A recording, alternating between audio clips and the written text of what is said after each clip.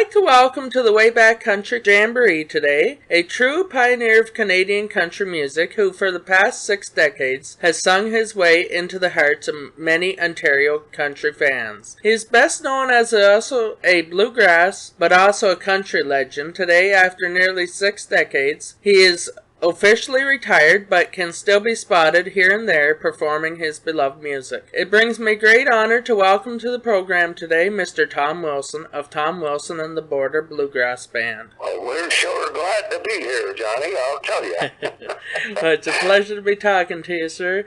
Do you prefer Mr. Wilson or Tom? Tom. Tom? Okay, Yeah. sure. Mr. Wilson was my father, you see. That's what I thought, yes. Sure. So if we may go back, would you share with us when and where you were born? Yep, I was born in Brockville, Ontario, just 50 miles east of where you folks are. Yes. And born in 1937, August the 17th, 1937. Okay. So do the math, I'm 84 years old. Yes. So what are your earliest musical memories growing up? Well, my mother was a really educated and talented piano player. She had taken 8 years of conservatory, and in those days, people, every family had a piano, you know. Of course, yes. Mother could play. There was a huge, great big book. I think it was called the Giant Book of Music, whatever. But it was quite a bragging rights, you know, if you could play every tune in it, and she could. Okay. And now my dad, he was a country type. He played fiddle, guitar, both Spanish and Hawaiian style, and just about anything with strings on it. And I think I got a pretty decent upbringing in music. Okay. Because for one thing, there was always music going on in our place. My mother would sing all the time when she was, you know, doing her housework and stuff. And early on, Dad used to go out and play. He played piano too. Oh yeah. And he would often be people that put on dances in this part of the country back in those days. Now I'm talking about the 50s. The 50s. Okay. Yes. You had to have square dances. It didn't matter what kind of a dance you were putting on. You had to have square dances. Exactly. So here in Brockville, what used to happen, and I imagine something happened the same in Kingston. Big bands like Xavier Cugat, for instance, and Wayne King, and you know these big groups. They used to travel. If they were in Toronto and then Montreal, they would stop in Brockville and do a one-nighter, and they put on a dance, of course. Yes. But they had to have square dances. So there was a nice old guy by the name of Harmon Covey from Athens who was a really, really good fiddle player. Okay. And Dad used to chord on the piano with him. So the two of them used to appear with these name brand bands, you know. Yes. As part of the act. So I was exposed, you might say, to that way of life. Yeah. Yeah. And now, later on, all the radio stations in those days had live. Of course, yes. I remember when Kingston had all kinds of them.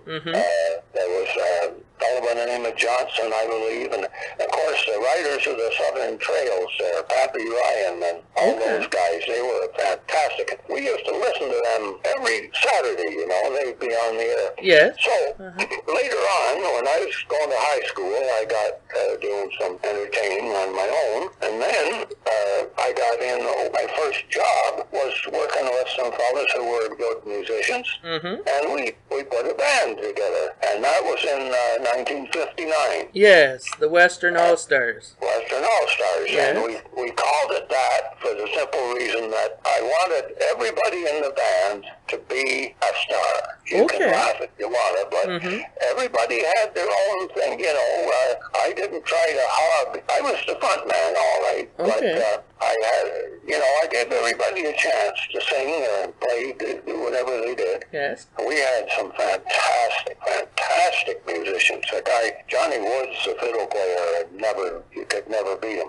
Okay. And unfortunately, of course, today, all of those original guys are dead and gone. Are gone, yes, except for you. Yeah, I had, my brother Gilbert was one of the first guys that played with us, and he was another guy. He took after my dad, and he played anything. Is that right? I must tell you, I'm not much of a musician. I can sing all right, but all I do is chord on the guitar, you know, and do the front side. But I was lucky, blessed, to have some of the most wonderful musicians that could play any kind of music. So we started to do a radio show in Brockville. Okay. CFJR. And, it took right off. It was sponsored, and we had, for instance, O'Keefe's Brewery was one of our sponsors. So, you know, there was some money there, and things were rolling along real good. And CFJR used to have a record program on Saturday morning called, I'm trying to remember now what it was called, Barnyard Varieties or something like that. Oh, yeah. It was a country show. And after we got on the radio for a while, the program director there said to me one time, "Why don't you guys make a record?" I said, "Holy mackerel, you know, why doesn't anybody make a record?" I mean, we had no money, really. And but he informed us that one of his uncles owned a record company, and it turned out to be Rodeo Records. Oh, Rodeo, yes. Legendary brand, yes. They were located in Montreal at that time. Yes. And we got in touch with them, and we cut a demo tape at CFJR, which was very professional done. These radio stations weren't hayseeds, you know. They knew what they were doing. So anyway, we got a contract with Rodeo Records, and we did 3 albums with them. Yes. Back in the 1960s. And I'll tell you something funny. That existed because of Elvis Presley. Oh, okay, yes. Elvis Presley was so popular that RCA Victor, who used to do Bluebird Records, and of course, yes, a corner on the Canadian country market, they had to quit pressing that stuff, and they had a big factory in Smith Falls, Ontario. Yeah. But they had to go over to do nothing but RCA Victor stuff with Elvis Presley. So this George Taylor came over from Scotland, and he said, "Hey, there's a market still for all kind of Canadian artists." Exactly. And he started Rodeo Records. So anyway, that's how come we just stepped into it at the right place at the right time. Okay. Would it be safe in saying that you got your start in country western music then? Oh yeah. Yes. Oh yeah, because we ended up over the years doing 10 albums. Okay. For Rodeo, or Distributing is the company that took over from them later, but it's always called Rodeo Records. And they relocated to Toronto, or Mount Albert, Ontario, actually. Okay. And Stompin' Tom Connors was another guy that of course, worked with yes. them. So we got in. We were making records right up until just a couple years ago. Okay. And we started out with vinyl LPs, of course. And, yes, of course. Ended up with CDs. Yeah. And out of the 10 different sections we did, there was not only the albums themselves, but there was lots of 45s and singles, cassettes. You know, we ran through the whole gamut of country music. Well, finally, we got to where we were playing every night, and we decided to go on the road. We had different agents get a hold of us, and so we spent, I don't know, about 6 or 7 years, I guess, altogether, traveling all over Ontario and Quebec and northern New York. And finally, everybody just got sick of it. Yeah. The last thing that happened, I think, was we had to drive. We used to say that agents don't have road maps. That's right. Exactly. And we had to drive in the wintertime, in January, from Hearst, Ontario, to Sept-Îles, Quebec, which is 1,500 miles. Yes, exactly. And we had to drive it in the wintertime. And icy roads, too, yes. Icy roads, oh boy, I'll tell you. There was one, Merle Code was one of the guys that traveled with us. He had a very big Chrysler, and we went down a road in Quebec that trip with just like going down a bowling alley, just bouncing from one snowbank to the other, you know. Wow. So anyway, everybody got kind of fed up with it, so we finally settled down and we got day jobs. But boy, I'll tell tell you, it's pretty hard to hang up your guitar. I hear you. Yes. So we kept playing, and we played right up until just, well, COVID. Yes. COVID really nailed our coffin, because the last stuff we were doing was mostly playing in long-term care homes. Okay, yes. And we did lots of that. All of a sudden, we can't do it anymore. Exactly, that's the sad part. Do it. Exactly. So finally, we said, we've had a run. We've had 60 years of that. And mind you, I was the only one of the original group left. That's still alive, yes. But the outfit never quit, Johnny. Okay. It just kept on going. One guy left, we hired somebody else. I see. And we had some wonderful musicians working with us over the years. And you worked with some amazing musicians like Mac Wiseman, too. Oh, yeah, we did. Mac Wiseman was up here on the tour one time. And he did an album while he was up here, but he did it for, I think it was Ark. Yes. I have a picture of Mac playing my guitar. Oh, yes. Which is a treasure to me, you know. And we opened for Tommy Hunter and Crystal Gale and, lots of name brand people like that, So I'm satisfied. Let me put it that way, Johnny. Everybody wishes he could have been a superstar. Well, yes, but, of course. Even if you're just going to be a kind of a satellite, that's all right. You gotta be satisfied. If you're not, you'll end up shooting yourself or something. Exactly.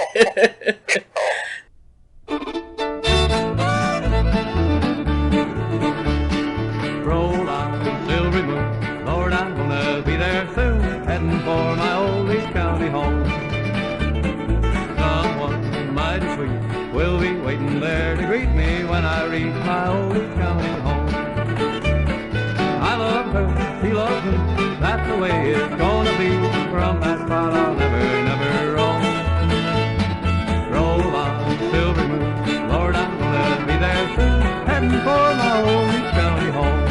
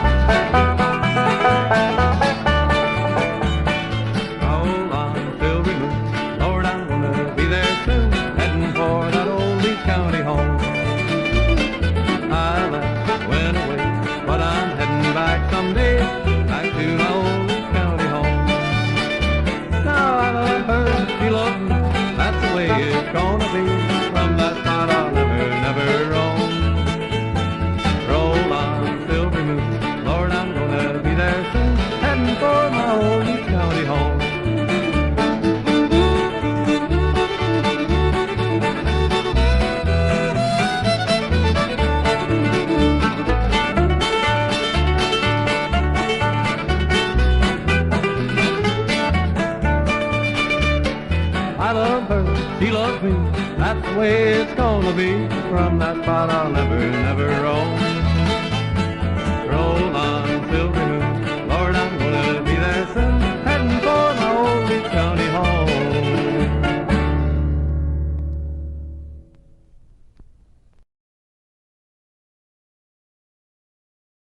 If I may go back for a few years, one of your earliest songs you wrote and recorded was the classic St. Lawrence River's My Home. Yeah, no, I didn't write it. Okay. How did you come across that? Well, it was a guy from, that was because of the radio. Okay. A guy from Brockville here, Jim Plumley was his name. He ended up being a captain in the local fire department. But anyway, he when he was going to high school, he used to work at a tourist camp up on in the Thousand Islands. And he had some time on his hands.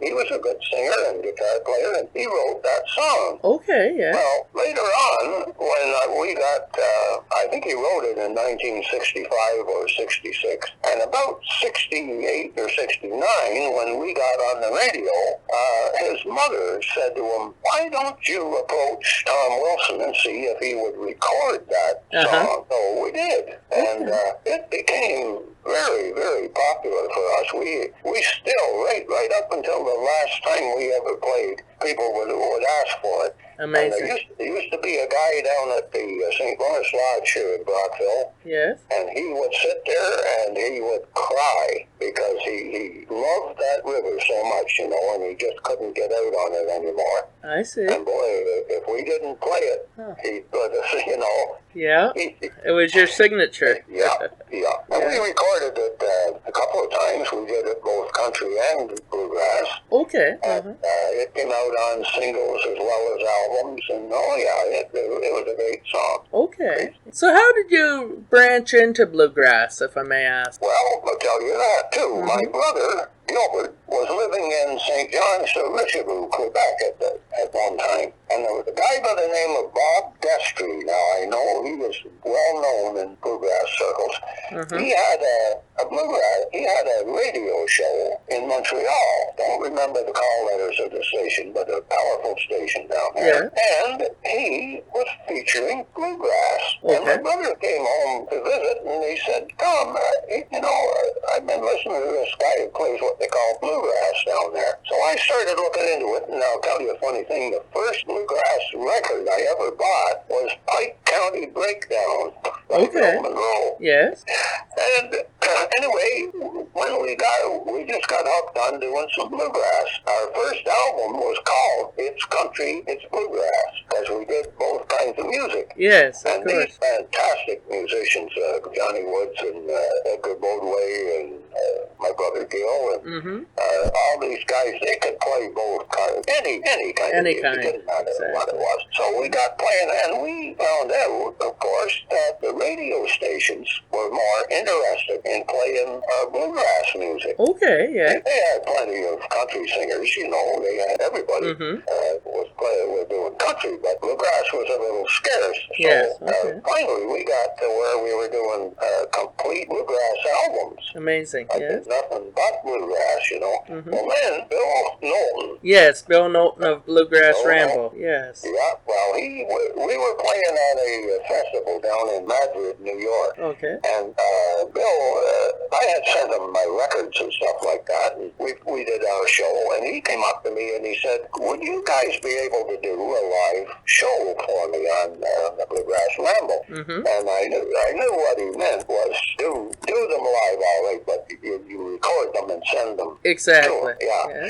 So we did. We went down there. We did one show, a 2 or 3 hour show, fundraiser for them, and everything went 100%. So we ended up doing 252 15-minute shows. Yes. Now, this is nothing new because we used to do 2 half-hour live shows every week on 2 different stations, CFJR in Brockville and CJET in Smith Falls. Yes. So we had plenty of experience doing radio shows. Anyway, we put together this 252 shows, which only he plays them once a month for a different group. You're aware of his show, I'm sure. Yes. And he plays them once a month. Well, anyway, he's been playing them now for about 30 years. Exactly. When he still does. 252, he just started over again. Yeah. Now, in the meantime, there's a guy by the name of Edgar Duguay from Campbellton, New Brunswick, and he was driving by here one night on the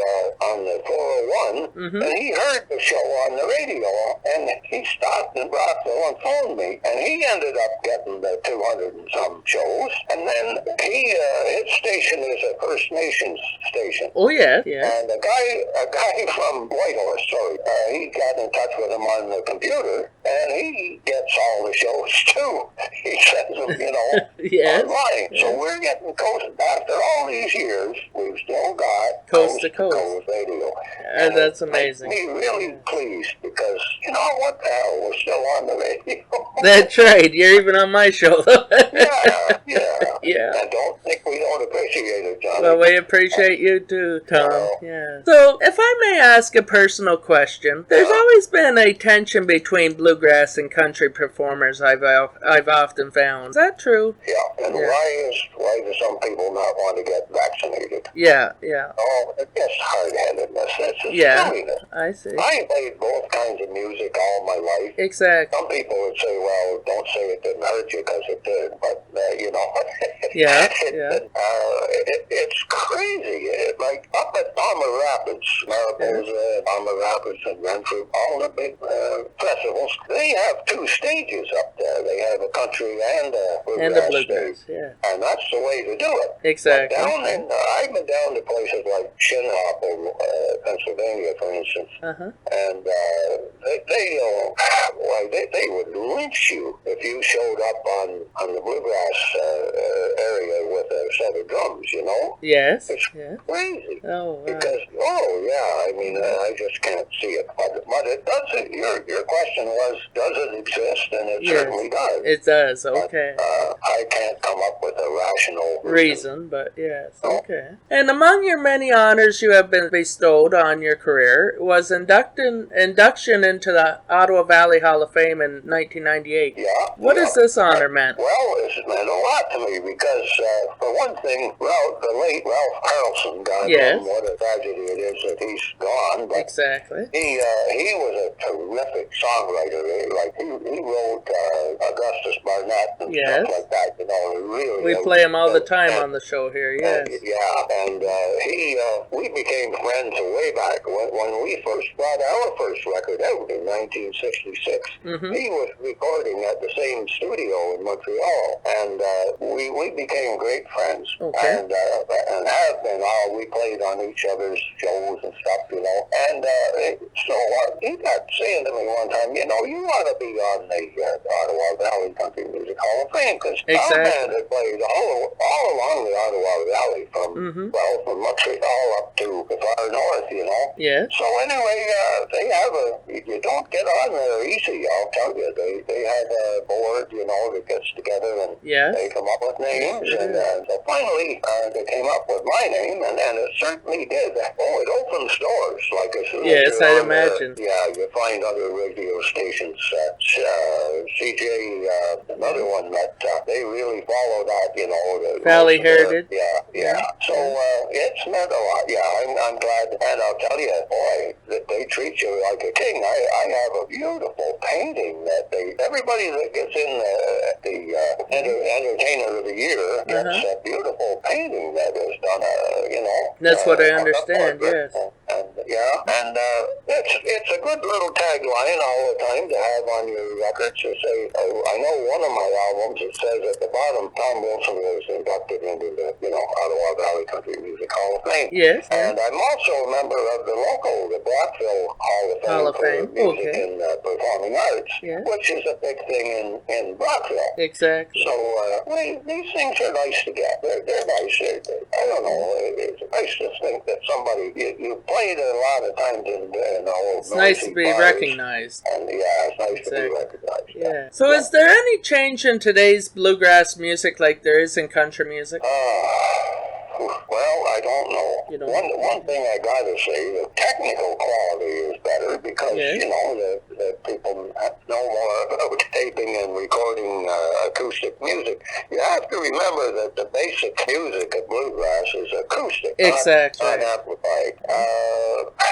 The flashy, boy, I'll tell you, the girl singers are really sexy and flashy looking. Like years ago, they were wearing, gingham gowns and all that, like something like that, Exactly. granny bonnets and stuff like that. Exactly, like Kitty Wells used to wear. Exactly. Yeah. So it's modernized. It's modernized, and unfortunately, well, maybe not unfortunately, country is creeping into it a bit. Like Is it? Yes. They're doing a lot more country songs in a bluegrass style. Is that right? Okay. But either, like anything else, Johnny, it evolves or it dies. Exactly. And they're doing all right. I keep up with the latest records and stuff, and I'm not disappointed. Okay, well, that's good to hear, sure. And in your own opinion, what is the greatest bluegrass or country band in all history? Oh, boy. Well, I I have to say Bill Monroe. I mean, he started it, you know. Exactly. And Kenny Baker is just such a fiddle player that it was just, and they're all gone, all the original people. They sure are, yes. But I've read all his books and got all his records, and I don't know. There's really some good ones too, you know, other good ones. But if you're asking me who I think is the best, well, then I guess it's him. Bill, okay, sure. Well, yeah. And so the last question for today, and hopefully it doesn't hit you on a personal note, but how would you like to be remembered? Well, I'll tell you something. I have on my tombstone, the St. Lawrence River's my home. Okay. Carved into it. And I love the river. I can see it from where I live, and I down there every day. And I would like, I guess, now there are personal things I'd like to be remembered, you know, of course, by my late wife and things like that. But musically, I would say that's it. That song was my, you know. Was your cornerstone, your mark on this world. It's my headstone anyway. Yes. Well, I want to thank you for this wonderful talk today, and we'll get this on the air for you. I want to thank you, Johnny, because you can imagine we're not getting the kind of airtime we used to. But exactly. I always enjoy that old light going on, saying on the air. So exactly. You have a blessed day and happy Thanksgiving. Well, you too, and thank you so much. I really do appreciate it. Well, God bless you. Bye-bye. All right. Bye for now, Johnny. Bye-bye.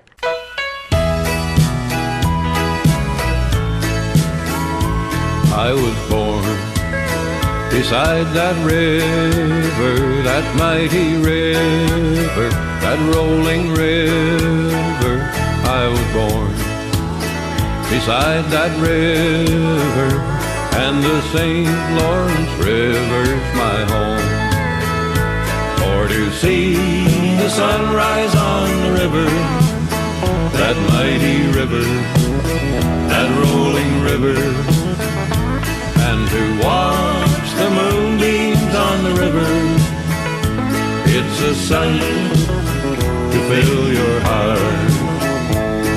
I wander through the islands, those lovely islands, the 1,000 islands. I wander through the islands, that's where my heart belongs. For to see the sunrise on the river, that mighty river, that rolling river, and to watch the moonbeams on the river, it's a sight to fill your heart.